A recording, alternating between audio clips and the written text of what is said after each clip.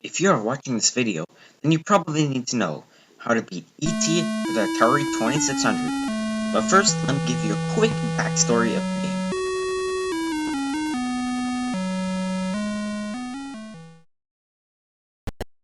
E.T. for the Atari 2600 is often known as the worst game of all time for many reasons. First being that it caused a video game crash of '83, although that's not entirely true. E.T. was only part of the crash, since there were other games that weren't so good being produced that year and thrown onto the market.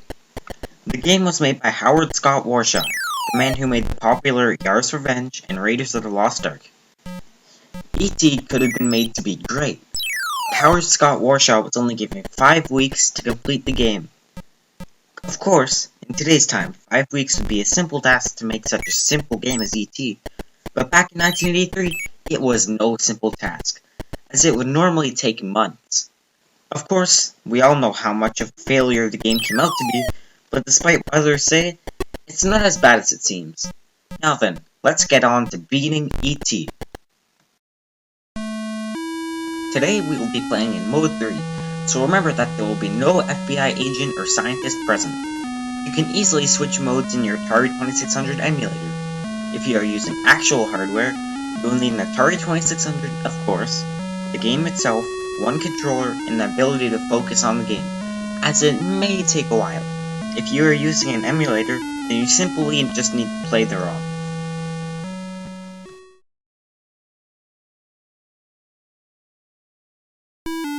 When the Atari is turned on, you're greeted with a little intro tune which is the theme of E.T.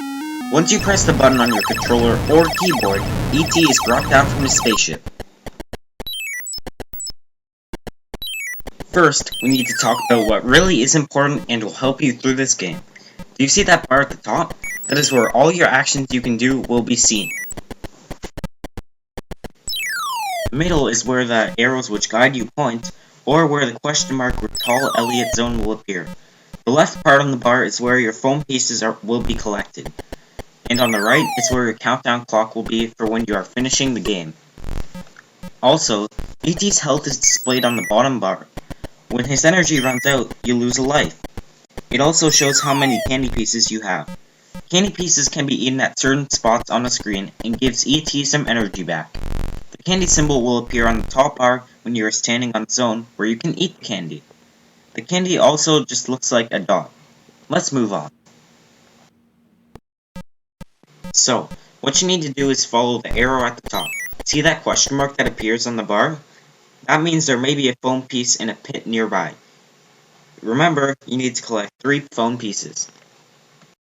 So, this means that you'll need to fall into the pit. Yes, you actually need to fall into the pit. If there is no foam pieces in the pit, then you'll need to rise back out of the pit. Getting out of the pit will use some of your energy.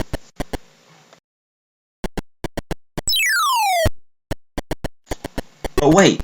Once your screen changes, don't move up anymore. Move to the left and to the right to get out of the pit. But if there's a foam piece in that pit, then simply walk into the piece to collect it. Now you need to go around looking for the other 2 foam pieces in the game. Just follow the same process used to find the first foam piece. Look for the question mark on the top bar, follow in a few pits, and find it. Remember that on a screen you can walk faster by holding down the controller button.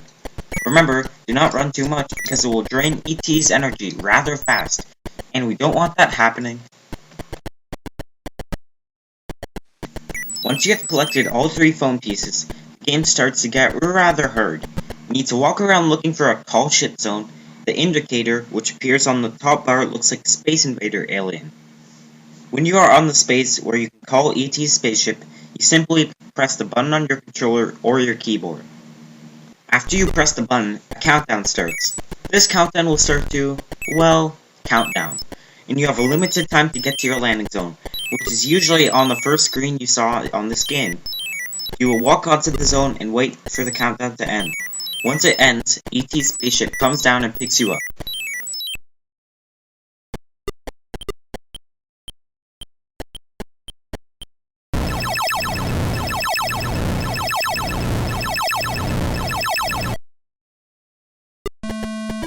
After that, That's it! You have beaten Game 3 on E.T. for the Atari 2600. Remember that these are just the basics to beating E.T., since this game was played on easy mode. The harder modes just add in the scientist and the FBI chasing after you, so the game has basically the same principles, just a bit harder.